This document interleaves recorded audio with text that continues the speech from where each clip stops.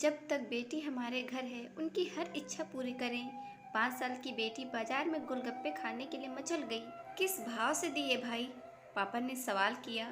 10 रुपए के 8 दिए हैं, गोलगप्पे वाले ने जवाब दिया। पापा को मालूम नहीं था गोलगप्पे इतने महंगे हो गए हैं।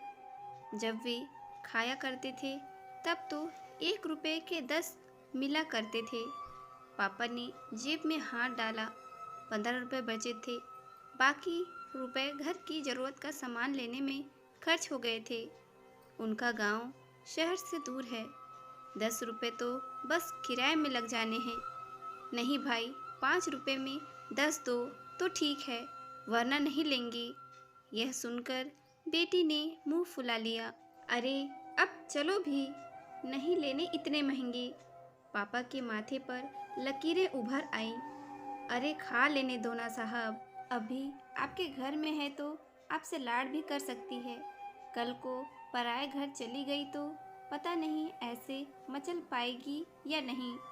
तब आप भी तरसोगे बिटिया की फरमाइश पूरी करने को।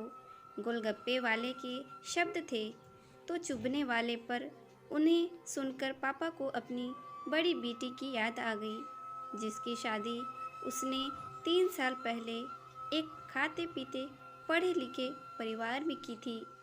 उन्होंने पहले साल से ही उसे छोटी छोटी बातों पर सताना शुरू कर दिया था। 2 साल तक वह मुट्ठी भर भर के रुपए उनके मुंह में ठूसता रहा, पर उनका पेट बढ़ता ही चला गया और अंत में एक दिन सीढ़ियों से गिरकर बेटी की मौत की खबर ही मायके पहुंची। आज वह छटपटाता है कि उसकी वह बेटी फिर से उसके पास लौट आए और वह चुन चुन कर उसकी सारी अधूरी इच्छाएं पूरी कर दे। पर वह अच्छी तरह जानता है कि अब यह असंभव है। दे दूं क्या बाबूजी? गोलगप्पे वाले की आवाज़ से पापा की तंद्रा टूटी। रुको भाई, 2 मिनट। पापा पास ही पंसारी की दुकान थी, उस पर गए जहाँ से ज़रूरत का सामान खरीदा था। खरीदी गई 5 किलो चीनी में से 1 किलो चीनी वापस की तो 40 रुपए जेब में बढ़ गए। फिर ठेले पर आकर पापा ने डबडबाई आंखें पोंछते हुए कहा, अब खिला दे भाई।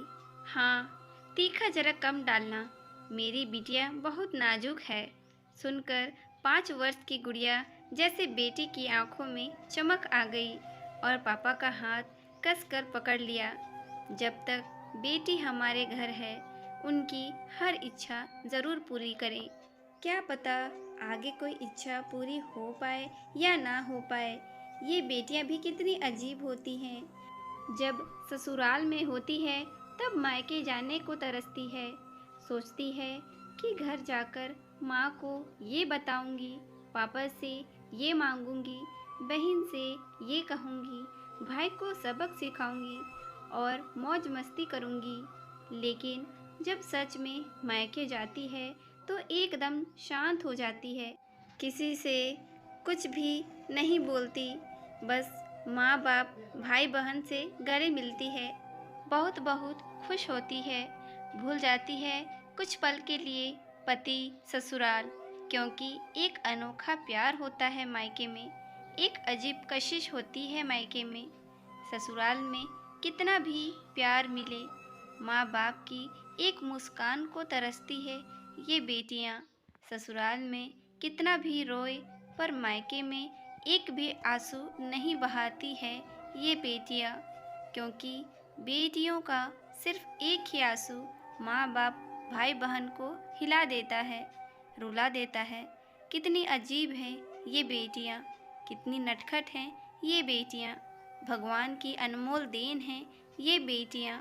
हो सके तो बेटियों को बहुत प्यार दें, उन्हें कभी भी न रुलाएं, क्योंकि ये अनमोल बेटी दो परिवार जोड़ती हैं, दो रिश्तों को साथ लाती हैं।